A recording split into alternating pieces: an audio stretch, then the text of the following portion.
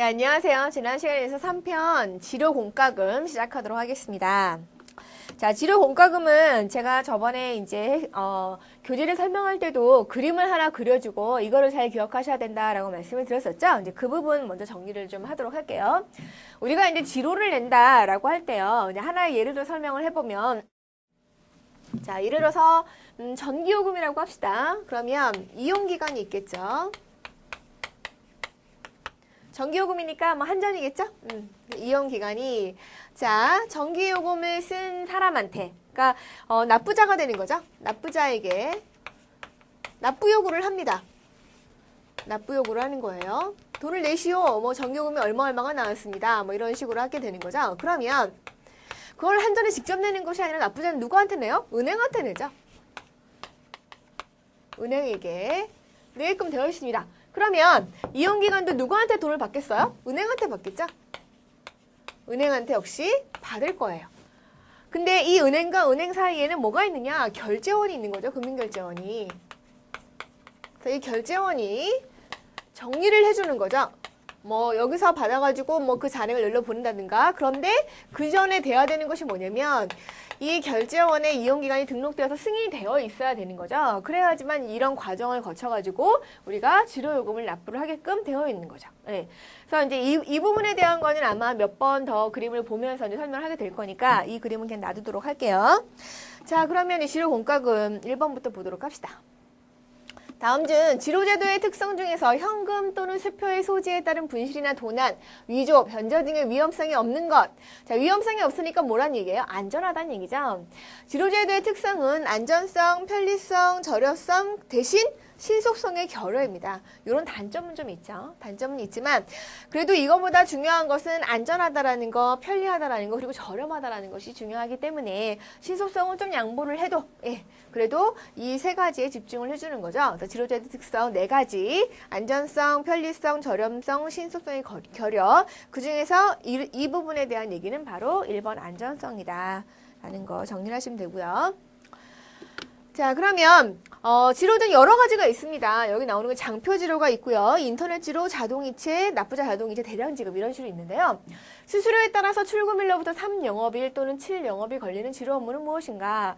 자, 바로바로 딱딱 대주면 좋겠는데 그렇지가 않아요. 그래서 이 업무에 따라서 이제 걸리는 시간을 다 다르게 됩니다. 그래서 이 자금이체 기일을 우리가 좀 정리를 좀 하도록 합시다.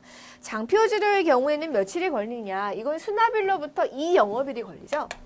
T+1이라고 생각을 하시면 돼요. 그죠? 수납일로부터 2영업일이 걸리게 되는데 이 중에서 이 장표 여러 가지가 있잖아요. 5개가 있잖아요. 그 중에서 표준 OCR 장표라는 것이 뒷부분에 다시 한번 정리를 좀 해드릴 거지만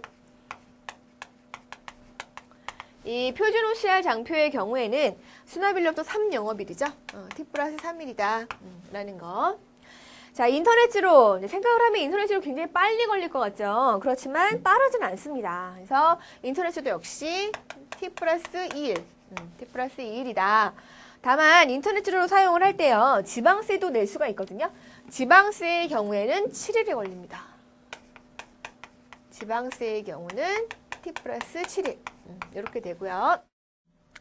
자, 그 다음에 자동이체.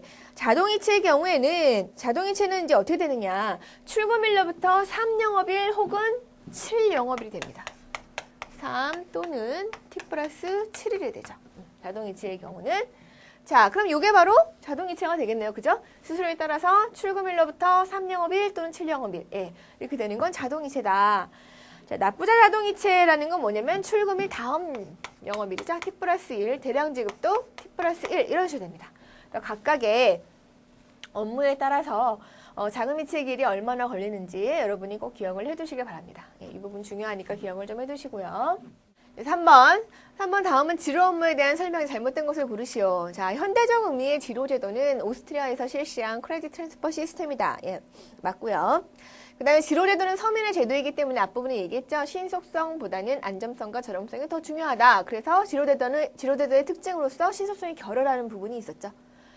인터넷 지료의 경우는 지방세는 수납일로부터 7영업일이 걸린다. 방금 전에 정리해드렸습니다. 맞는 얘기죠? 이거 4번. 참가 금융기관의 수입으로 사용되는 지로수수료, 고객수수료가 있다. 자, 수수료에 대한 부분은 설명을 안 드렸네요. 그거를 다시 한번 설명 좀 드릴게요. 여기서 이제 지로제도에 대한 부분을 아까 어떤 식으로 이루어지는지 말씀을 드렸어요. 말씀을 드렸는데, 그러면 은행이 혹은 결제원이 이렇게 해주는 이유는 결국 수수료를 먹기 위해서거든요. 그래서 납부자가 은행에 납부하는 수수료는 고객 수수료가 되고요. 이 이용기관이 은행에 지불하게 되는 수수료는 이제 지로수수료라고 합니다. 둘이 서로 달라요. 그런데 어떤 식으로 납부를 하게 되느냐. 납부요금에 고객수수료까지 플러스가 되어서 납부자는 은행에 돈을 내게끔 되어 있어요. 돈을 내가지고 이제 간단 말이에요. 그럼 은행에서는 이용기관에게 이 납부요금을 줘야 되는데, 줄 때 어떻게 하겠어요? 주고 나서 다시 지로수수료 내라고 하겠어요? 그렇지 않겠죠? 지로수수료를 차감을 하고, 그죠? 요 지로수수료를 차감을 하고 남는 돈을 이용기관에게 주게끔 되어 있습니다. 그래서 고객수수료, 지로수수료는 이런 식으로 된다. 그래서 참가 금융기관 수입으로 사용되는 지로수수료와 고객수수료가 있고요. 5번의 경우가 얘기돼 있죠. 지로수수료는 이용에 따로 증거하는 것이 아니고 뭐라고 얘기를 했어요? 차감을 한다라고 얘기를 했죠. 차감을 해서 하게 됩니다. 그래서 잘못된 것은 5번. 5번이 틀린 거고요. 자, 그러면 지로번호에 대한 얘기가 나오네요. 자, 이제 이 그림은 지우고 우리 지로번호 한번 정리를 좀 해보도록 합시다. 지로번호는 일종의 주민등록번호처럼요. 그런 개념이라고 생각을 하시면 됩니다. 지로번호는 대체로 00-0000-0 이렇게 7자리로 나눠져요. 7자리로 나눠져서 요거는 업종, 이 두 자리는 업종 분류에 따라서 두 자리가 나뉘게 되고요. 그 다음에 이제 네 자리는 업종이긴 업종인데요. 이건 조금 다른 게 업종별 1년을 변으로 생각하면 돼요. 업종별 1년 번호. 이게 네 자리가 있는 거고요. 그 다음에 이제 한 자리는 검증 번호.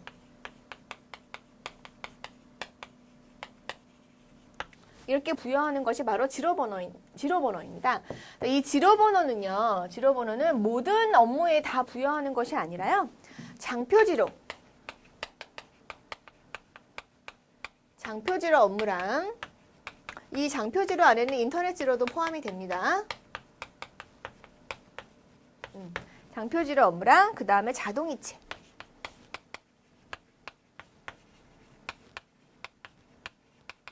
여기에만 지로번호를 부여하게끔 되어 있어요. 나머지 뭐 납부자라든지 뭐 대량지급 이런 거는 지로번호가 없는 거예요. 지로번호가 없는 거고, 이럴 때 지로번호를 부여하게끔 되어 있고요. 원래는 하나만 줘요. 하나만 주고 이제 변경되지도 않지만 두 가지 뭐 복수로도 부여가 될 수가 있습니다. 그래서 이런 것들이 지로번호가 되는 거고요. 자, 그러면 이제 4번 문제를 풀어보도록 할게요. 다음 지로번호에 대한 설명도 틀린 것은 주민등록번호와 유사한 개념이다. 예, 그렇다라고 말씀했죠. 이용기관에게 부여하는 7자리의 숫자이다. 그렇죠. 지로번호는 지로 업무를 하는 모든 기관에게 부여하는 숫자이다. 이게 틀렸죠. 어디에만 부여한다고 여기 말씀드렸습니다. 장표지로 업무, 인터넷지로를 포함하는 장표지로 업무와 자동이체 업무에게만 부여하는 그런 숫자이다.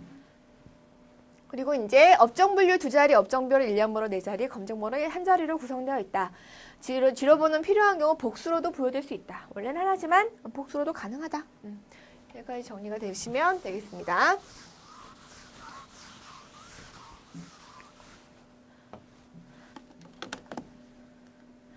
그 다음에 우리가 장표지로 업무에서 장표가 이렇게 5가지가 있습니다. OCR 장표, 정액 OCR, MICR, 그 다음에 전자납부, 전자납부, 표준 OCR. 이 장표에 대한 거를 먼저 좀 정리를 좀 하고 넘어가야 될 것 같아요. 그죠? 이거 이제 장표가 무엇이냐라고 했는데, 특징별로 좀 구분을 좀 해주면요. 일단 OCR 장표. OCR 장표는 대량으로, 예를 들어서 여러분이 어떤 경우 생각하시면 되냐면 가스요금 같은 거 있죠. 예를 들면 가스요금. 그러면 가스요금은 모든 그 집마다 다 다르잖아요. 그러니까 금액이 일정하지가 않아요. 금액이 일정하지가 않지만 그렇지만 이 경우는 가스를 대부분 모든 거의 고객이 다 사용을 하기 때문에 대량으로 이제 납부를 하게 되는 거죠. 그런 식으로 사용을 할 때 좀 편안한 그런 장표가 바로 OCR 장표가 되고요.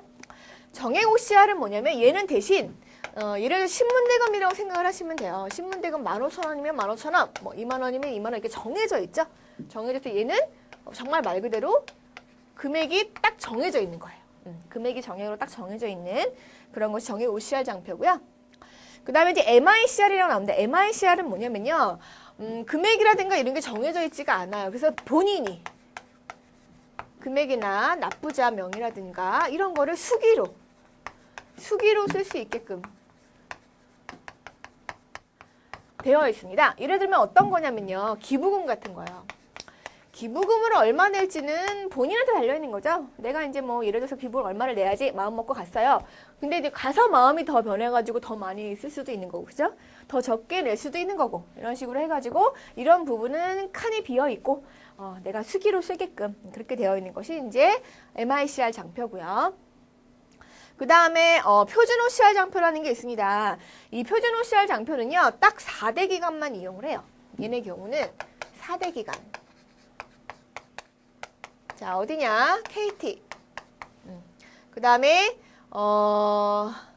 국민건강보험공단. 국민건강보험공단. 그 다음에 국민연금공단.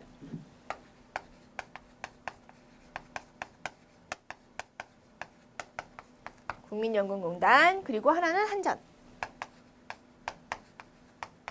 이렇게. 그래서 이 4대 기간만 이용을 하는데요. 얘네들은 지로번호가 아니라 분류코드라는 걸 사용을 합니다. 분류코드요. 분류코드라는 걸 사용을 한다. 표준 OCR 장표는. 근데 전자납부 전용장표라는 건 좀 약간 예외적인 거죠. 그래서 이 전자납부 전용장표는 이걸 사용하기 위해선 전자조회 수납 서비스 이용 기간만 사용이 가능해요. 자, 일단 쓸게요. 전자조회 사용기간. 전자조회 서비스를 사용하는 수납 서비스 이용 기간만 사용이 가능한데 이제 일매일주로 되어 있고요. 그 다음에 이제 OCR 장표, 정액 OCR 요 세 가지 있잖아요. OCR 장표와 정액 OCR, MICR 이거를 함께 사용이 가능합니다. 전자납부 전용 장표의 경우는 예를 들어서 학원비 같은 거라고 생각을 하시면 돼요. 학원비 같은 거 이런 식으로 사용이 가능하다. 그래서 장표를 좀 구분해서 여러분이 알아두시면 될 것 같고요. 자, 그러면 이제 5번 풀도록 할게요. KT라든지 한국전력공사, 국민건강보험공단, 그다음에 국민연금공단 이렇게 4대 기관에 사용하는 거죠. 이걸 사용한 장표로서 지로번호가 아닌 분류코드를 이용한 식별하는 장표는 무엇인가? 뭐라고 했습니까? 표준 OCR 장표죠. 표준 OCR 장표다. 이렇게 장표를 5개를 정리를 좀 했습니다.